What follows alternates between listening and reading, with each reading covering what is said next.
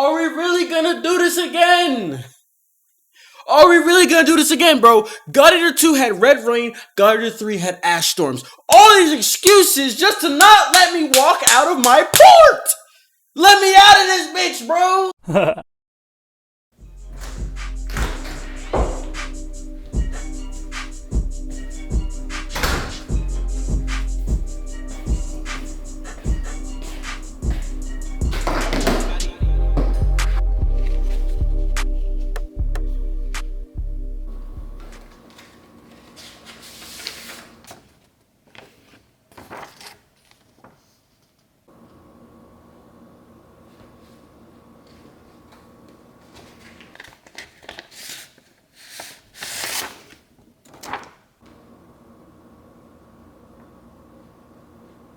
Okay.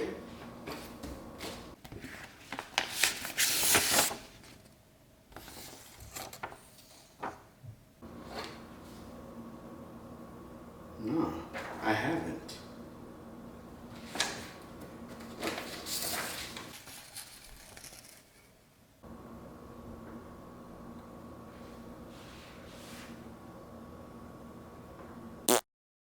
Boys, it's been a freaking minute, man. How y'all been, man? How y'all been? Talk to me, boys. Talk to me. I gotta say, man, my master plan has been working great. You guys have been enjoying that God Eater lore series. And I say master plan because when I first dropped it, people weren't really watching it, and I don't fully blame you. We all know that, but it was a long-term play, right? People were getting into Code Vein, want to understand God Eater. I'm like, let me bless y'all. If you are unaware, I summarized the entire saga of God Eater, starting from pre-God Eater 1 all the way up to the final events of God Eater 3. As time goes on, I just feel like those games will continue to age, not the best in a sense, so why don't I make some type of way for people to recap and understand the story without having to actually play them. So if you do go back and watch it, I hope you enjoy. This just feels a little surreal though, because bro, remember back in 2019, we were talking no less than at least once a month because of all the updates that they were giving us for God Eater 3. And now look at us. Today marks the 1-year anniversary since the last time we've talked about God Eater on this channel. And if you look at one video before that, you look at the thumbnail, the title, and the nature of that video, I think we have our answer. God Eater 3 is most likely done. After about a year, there has been no talk about an expansion or an updated version or nothing.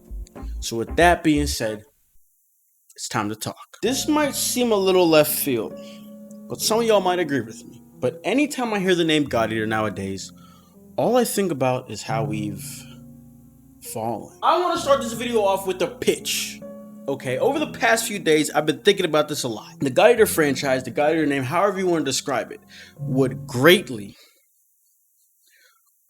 benefit from a season 2 or a continuation of the anime. The only problem is that it's basically impossible. Bro, the hype between God Eater Resurrection's release and God Eater 3's is frightening. It's frightening. Flashback to, what was it, 2015? And every day I'm streaming this game and I have this large part of the community on my side, but we're vibing every day, having fun. Yet all I was playing was a freaking remake. And then God Eater 3, it didn't revolutionize the series, but it put it into this place of perfection, right? It's peak God Eater, right? God Eater doesn't get any better than 3 from a gameplay perspective. And it was just crickets around these parts.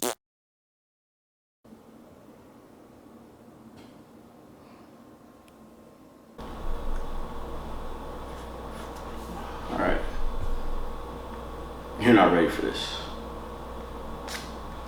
I'm gonna play the deal breaker. And steal this whole shit. You gotta just say no? I didn't think so. Just like that. Turn the tables. Alright, it's your turn.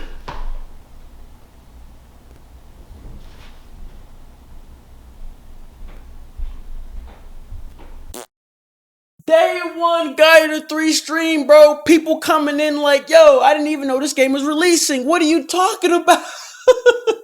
What are you talking about? How? Don't you know? I've been talking about it, god damn it. The only other factor besides the anime that influenced this hype difference would be the fact that God Eater Resurrection released on the PlayStation Vita. So since we're not going back to that anytime soon, and when I say that, I don't actually mean or include the Nintendo Switch or the newly announced Steam Deck. Those are still free game, but not going back to that thing means that a second season or continuation of the anime in any capacity would be very, very powerful. Bro, think about it. They really gave that project to the gods known as Ufotable. You see what they did with Demon Slayer? They did the same thing with freaking God Eater back in 2015. It is ridiculous to think about. And I know me bringing up the anime, like I said, we haven't talked about it in a while, but I know that the last time I did in my Discord when I brought it up, the whole concept or the talk, the discussion about the quality and the direction of the anime was brought up. But I'm not worried about that, bro. I'm talking about hype. I'm not here to talk about that. But if you do want to have that conversation, let me know in the comments below. I'm open. The amount of people who began praising, I'm talking about praising God Eater, was both amazing and just utterly confusing. I'm like, where did this come from? But the issue is, you know, while the anime had enough power to drag people into the whole fandom and try out the games, while they might have enjoyed it, it did not hold their attention for long. I got Carfax on this. I saw it happen with my own two eyes, right? And my argument is God Eater 3 could have probably capitalized on this whole hype train more than Resurrection was able to. So with that being said, let's dive into this God Eater 4 discussion. Yo.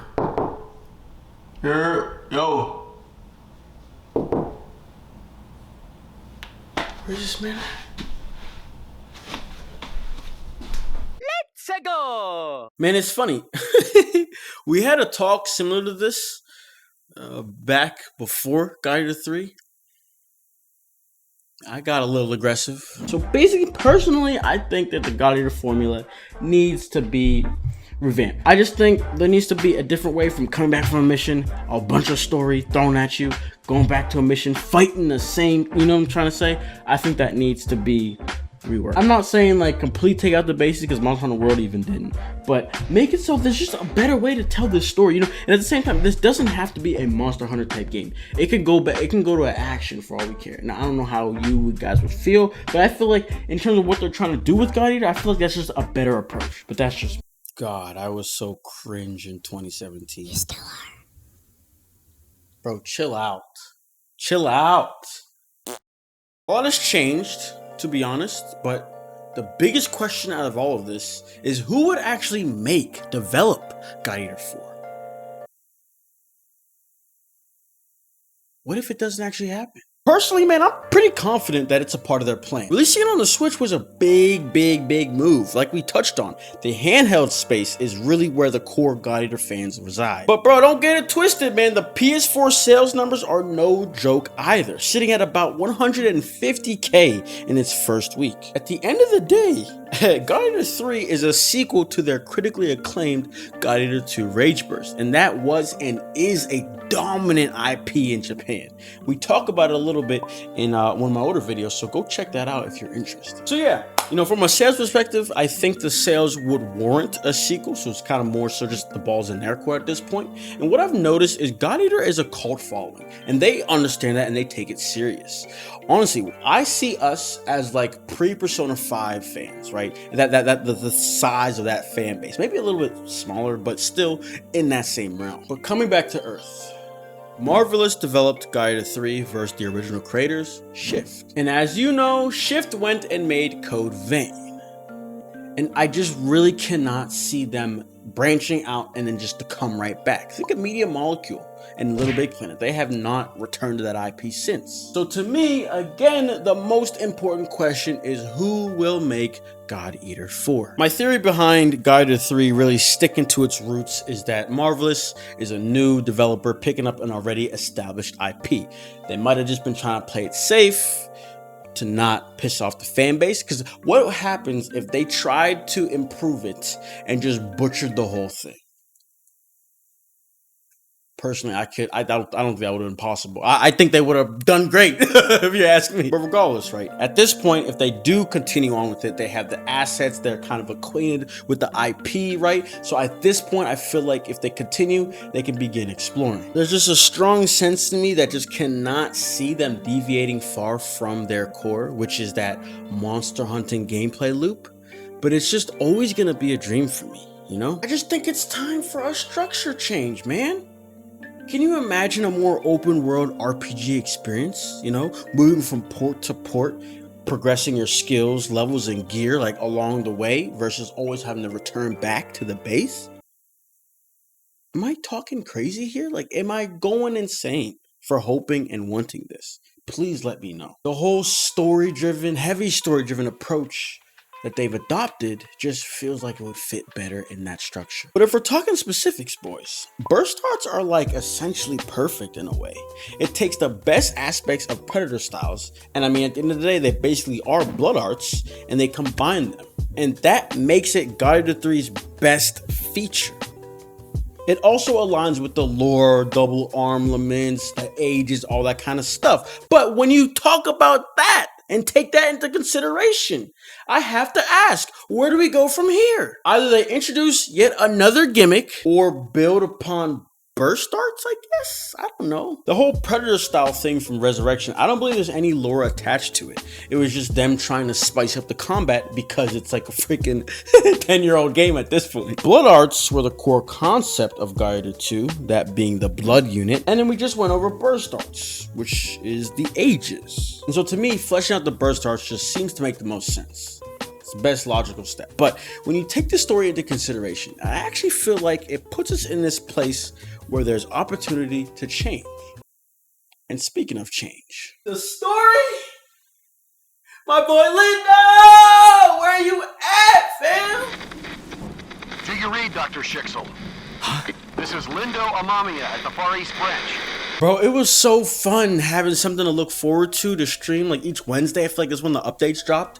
And, you know, at the start, the character episodes in Gladiator 3, they felt very minimal. They felt a little useless. But at the end of every single one, there was a greater story movement, right? And then Ein's character episode, my God, that shit was insane. So when it comes to change, we understand how Gladiator 3 got to this point.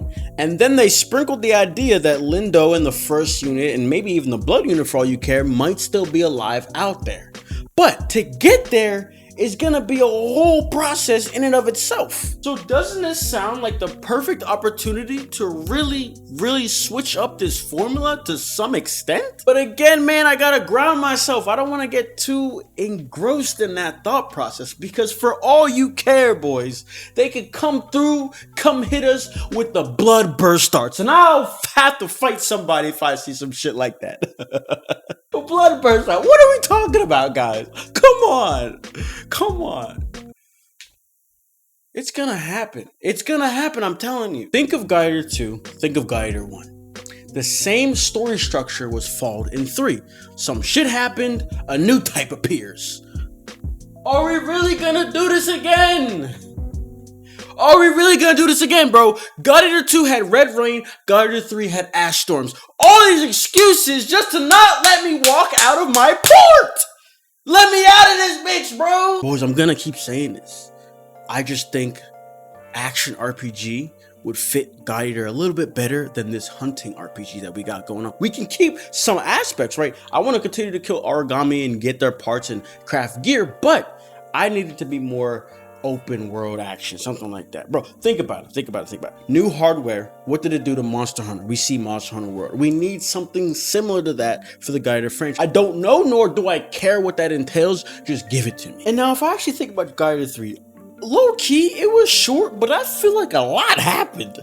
We started as slaves and we revolutionized the whole world, and we're not slaves anymore. So I'm just hoping that 4 could be the game where we're setting up these ports and then ultimately meeting Lindo in the first unit, and then also taking on missions with them. In Gladiator 3, if you remember, normal gladiators could barely keep up, right? It's all ages. Ages was the name of the game. 1 and 2, you know, normal gladiators that weren't part of the blood unit could still keep up, and that weren't a new type, they could still keep up, but in 3, it got real. So we're back, full circle. I just truly feel like the stage that we're at now, God Eater 4 has the opportunity to do something unique and never before done in this franchise. We're just too deep to introduce yet another type of God Eater, man.